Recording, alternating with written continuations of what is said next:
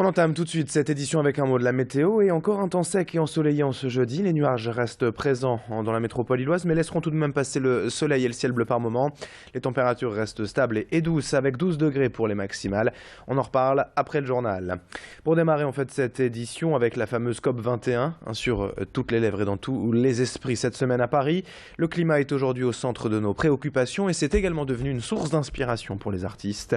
Depuis hier à Roubaix, la galerie Les Bains Révélateurs propose l'exposition pour une poignée de degrés.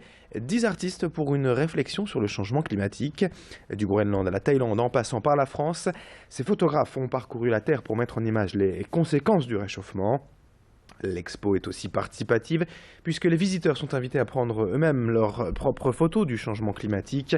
Et lors des prochaines dates de cette expo programmée dans la région durant toute l'année 2016, des images d'amateurs côtoieront ainsi les œuvres d'artistes. Explication complémentaire au micro de Clotilde Leguévac avec une des responsables de l'exposition. On profite de la COP21 qui se tient à Paris pour mettre l'accent sur ces questions du changement climatique qui n'est pas forcément un sujet qu'on traite sur le devant, qui n'est pas forcément un sujet prioritaire. Et pourtant, c'est un enjeu fondamental dans les 10-15 ans qui viennent. Si on ne fait rien, on peut dire qu'on court droit peut-être vers une situation catastrophique pour l'humanité. Nous avons en Nord-Pas-de-Calais des zones qui sont sous le niveau de la mer. Et donc évidemment, ce seraient des zones particulièrement impactées par le changement climatique.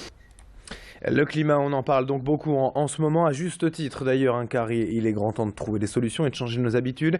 Mais est-ce que tout le monde est prêt à cela ? Élément de réponse avec ce micro-trottoir réalisé par Céline Huret. Il faut prendre conscience qu'il y a un problème et qu'il faut trouver des solutions, donc il faut tous s'impliquer.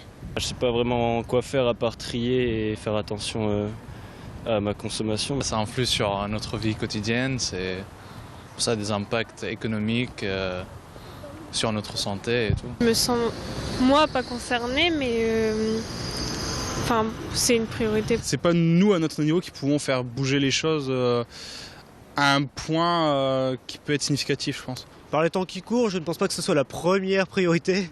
C'est absolument une priorité pour moi. Je trouve qu'il faut faire beaucoup plus, surtout au niveau mobilité. Allez, une autre image dans l'actualité en ce mois de décembre, avant les fêtes, reportage au sein du plus grand marché de gros de France, le Mine de l'Homme.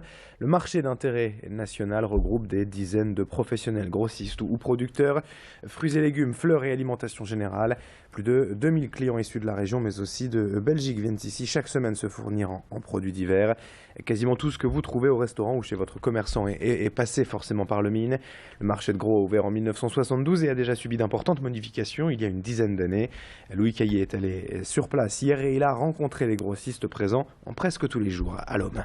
Ce marché, on serait en périphérie, on attirait moins de monde, parce que le client aujourd'hui recherche une offre multiple, et quand il a à sa disposition 35 concessionnaires en fruits et légumes, il a le choix dans son offre, il a le choix auprès de divers grossistes de bien achander ce magasin. Aujourd'hui, on privilégie le produit locaux, on fait aussi des produits européens en substitution d'une production française parfois défaillante. L'hiver notamment, il y a des produits qui ne poussent pas en France, l'ananas ne pousse pas en France, et sinon on essaye de privilégier une production locale. Et dans l'actualité également, mais en bref, dans ce journal, les pompiers seront de retour dans les rues de Lille cet après-midi. Après déjà 2 manifestations ces dernières semaines, les soldats du feu persistent et annoncent un grand rassemblement unitaire dès 14 h dans le centre de Lille. Car cette fois, ils ne seront pas seuls. Les pompiers appellent également les agents du département, de la santé publique et de l'administration pénitentiaire à les rejoindre. Un important cortège uni pour protester contre les diminutions de budget annoncées au Conseil départemental du Nord.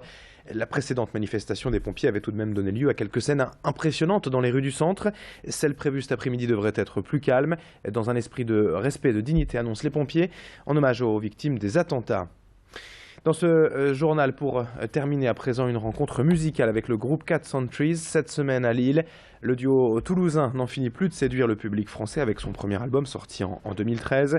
Nina et Johan étaient en showcase au Comédie à Lille mardi soir en partenariat avec Virgin Radio. Ils ont joué quelques chansons devant un public privilégié. Les 4 Centuries sont des habitués des concerts en petit comité pour rester proches du public. C'est important à leurs yeux et ils l'expliquent au micro de Xavier Silly.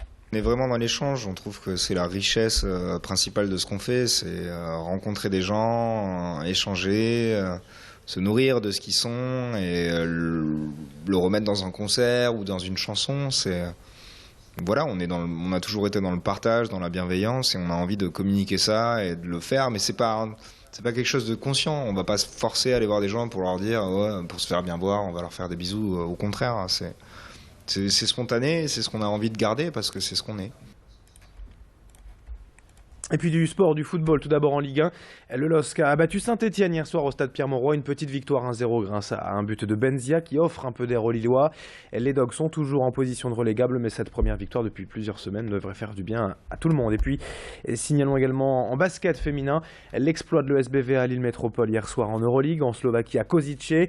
Les guerrières se sont imposées 60-55 après prolongation et signent ainsi le premier succès à l'extérieur en Coupe d'Europe de l'histoire du club. Une victoire qui leur permet surtout de se replacer au classement de leur poule. Fin de ce journal. Dans un instant à suivre la météo et l'infotrafic. À 7h45, rendez-vous avec une interview exclusive de Pierre de Saint-Ignon, la tête de liste du Parti Socialiste pour les régionales. Tout à l'heure donc à 7h45. Merci de votre fidélité. La météo tout de suite.